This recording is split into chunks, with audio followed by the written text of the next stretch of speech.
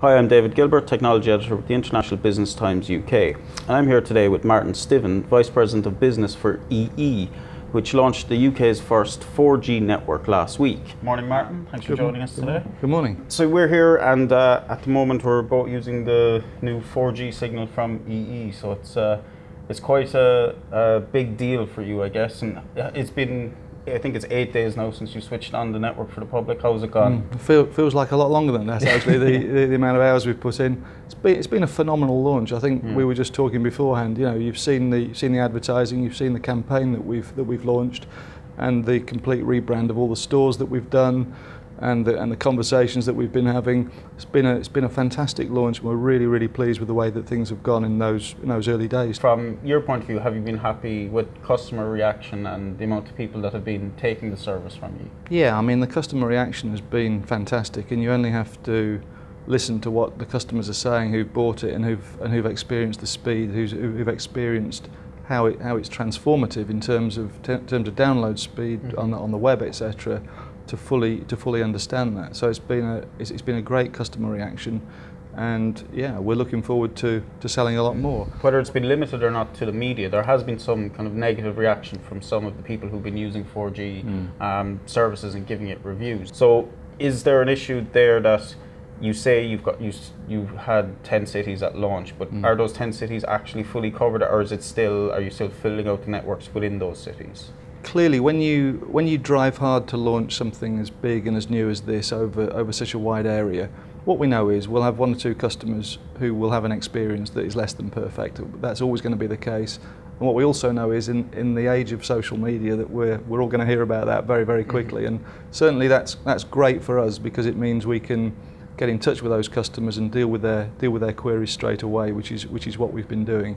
Now, in terms of the depth of coverage, clearly what will happen in the coming weeks and months is, as we gain access to every site in the cities, we will deepen the coverage as quickly as we can, because, you know, very often you can have network masts that are on sites that you can't access, or there are landlord issues, etc. So there are always going to be little pockets as we do the rollout where we're going to need to sort of come back round and actually fill it in. So yes, the coverage is very wide in all of the cities that we've gone with so far, but in the coming weeks that coverage will be deepened as we turn on more and more sites. One of the issues that has been raised by some people is this issue of attenuation, which is a problem that affects the 1800 megahertz frequency more than it does the two frequencies which are going to be used by are going to be auctioned off by Ofcom next year for the other 4G services. And that is basically that you get a poor signal indoors, where the signal indoors is a lot slower than it is kind of directly next. We'll say if you just step outside the door, the signal goes quick a lot faster. Is that an issue that obviously it's not something you can do about, because you're kind of limited by physics, really?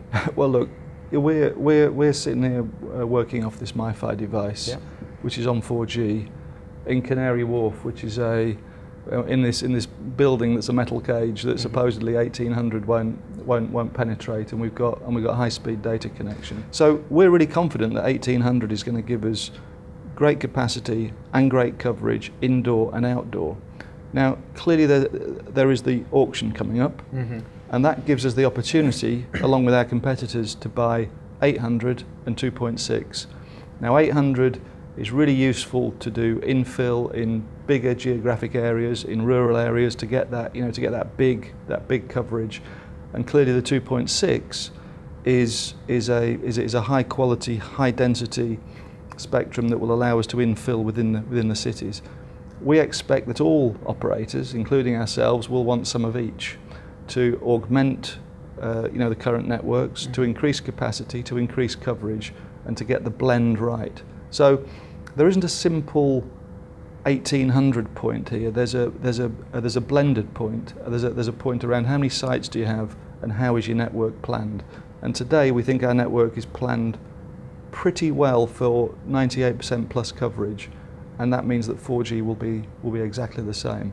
Now, I've heard a lot of noise in the press about this recently, and the thing that staggers me about it is that we are the only ones with a 4G network today, and no one has any 800 spectrum at all. That's still got to be bought, and we don't know who's going to get it because we've not gone through the auction yet. So we feel pretty confident about our service. Do you think that because people would say on a 3G contract that had a 500 megabyte data limit that never went over that, and if they move to a 4G contract, do you think they will use more data, or is it hard to tell at the moment? I think it's hard to tell. I think the jury's out, and I think what we know is there'll be every shade of grey. There'll be some people who get the experience and say, "Wow, this is transformative in the things I do."